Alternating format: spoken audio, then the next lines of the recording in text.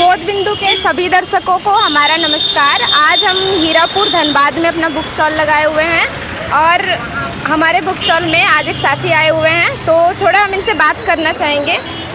नमस्ते, आपका क्या नाम है? मेरा नाम अभिषेक है। मैं 22 साल का हूँ और आचार्य जी की शिक्षाओं के कारण मैं थोड़ा सबल बना हूँ, मजबूत बनने की कोशिश कर रहा हूँ और कुछ समय से 1.5-2 सालों से जुड़ा हुआ हूँ। किताबें पढ़ता हूँ, वीडियोस देखता हूँ, गीता कोर्स में इनरोल्ड हूँ और मेनली मेरी समस्या थी इकोनॉमिकली इंडिपेंडेंट नहीं था मैं, तो वो एक समस्या थी जो अब एड्रेस करने का प्रयास कर रहा हूँ और अपने पैरों पे, जो कि शायद बहुत ज़रूरी है हम जैसे युवाओं के लिए, आर्थिक तौर पे खड़े रहना, ख़ास तौर पे तब जब आप आचार्य जी के प्रचार प्रसार में साथ होना चाहते हैं। कई बार आप उम्मीद नहीं कर सकते हैं कि घर से आपको सहारा मिलेगा, सपोर्ट मिलेगा, तो इस रास्ते पे आपको अपने बल पे पैसे कमाने पड़ते हैं। तो वो एक बड़ी सीख रही है उनकी और उस रास्ते पे आगे बढ़ रहा हूँ। अच्छा, तो आप थोड़ा बताना चाहेंगे कि आपने कौन कौन सी किताबें पढ़ी है आचार्य जी?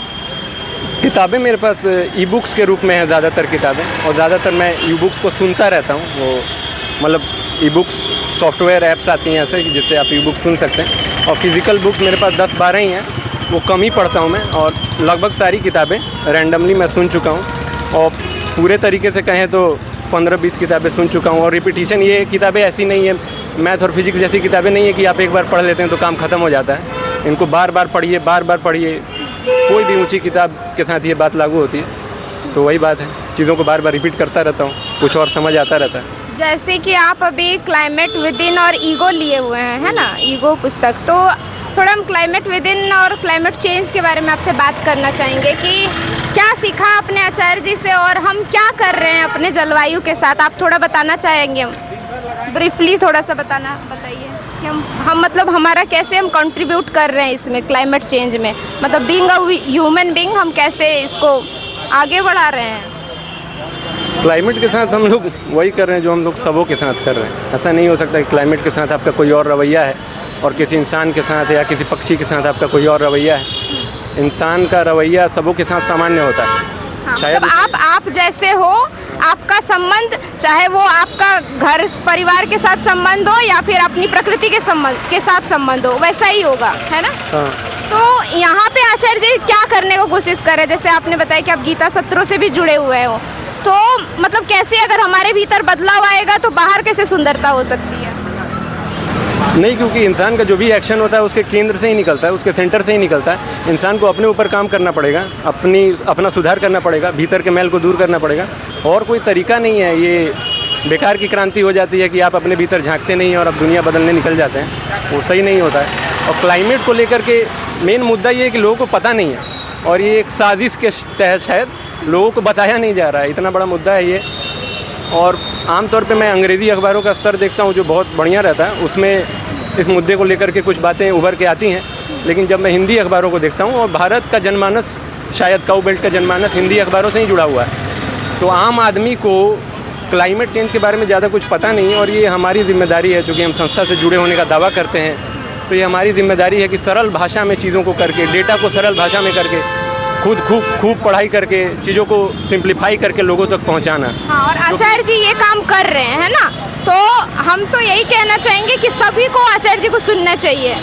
जैसे कि अभी हमारा इंटरव्यू हमारे चैनल में पब्लिश होगा तो बहुत सारे नए लोग भी जुड़ेंगे, तो आप क्या कहना चाहेंगे उनको कि यहाँ जुड़ के आपका ये आचार्य जी की किताबें पढ़ के क्या बदलाव आ सकता है जीवन में? क्यों पढ़ना चाहिए हमें सर की किताबें?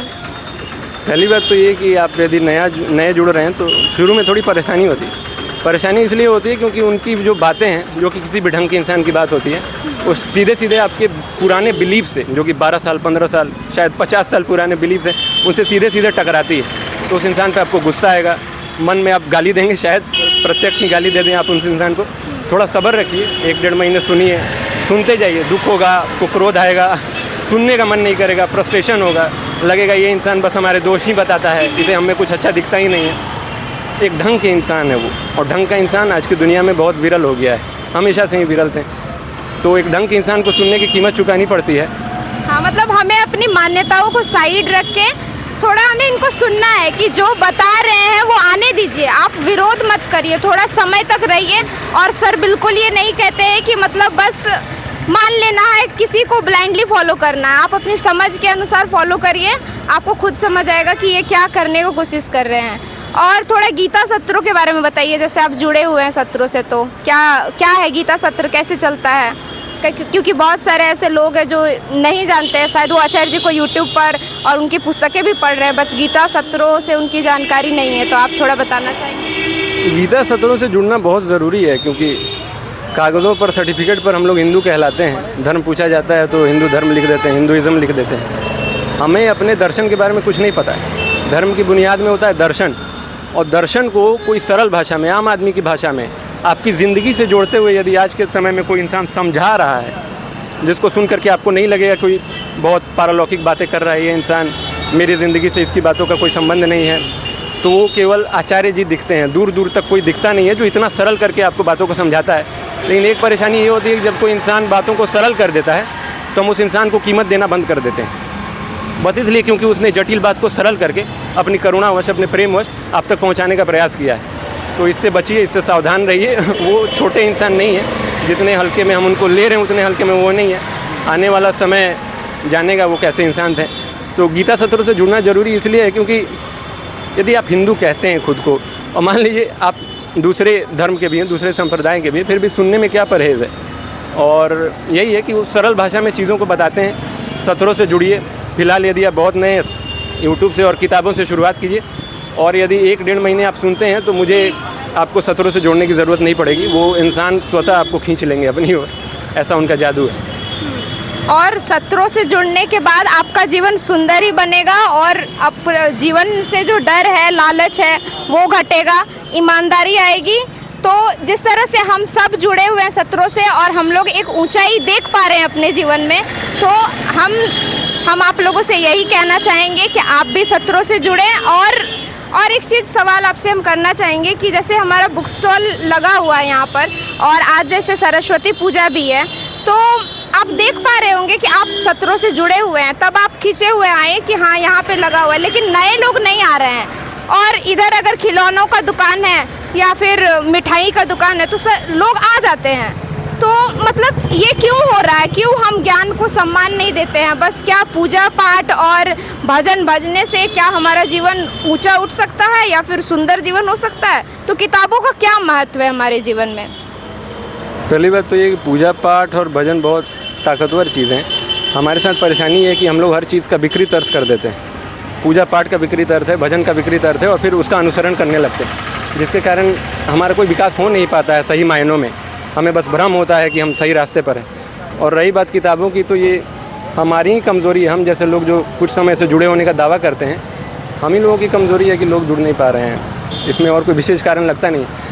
इंसान किताबों की ओर आएगा नहीं, ज्ञान की ओर आएगा नहीं, ये भारी उम्मीद है, किसी को नहीं करनी चाहिए। इंसान ऐसा जीव नहीं है कि वो खुद चल के ज्ञान की ओर और बोध की ओर आए। उसे खुद को धकेलना पड़ता है और साथियों को भी साथ में लेके आना पड़ता है। ये कोई सरल काम नहीं है कि आप किसी इंसान को समझदारी की ओर लेके आ जाएं। तो और कोई बात नहीं है। हम लोग जो साथी लोग काफ़ी समय से जुड़े होने का दावा करते हैं, ये उन्हीं की कमज़ोरी है शायद, और जिनमें मैं भी एक हूँ। मेरी ही नालायकी है कि लोग और जुड़ नहीं रहे, और कोई कारण नहीं दिखता मुझे। हाँ, धन्यवाद आपका। आपसे बात करके बहुत अच्छा लगा।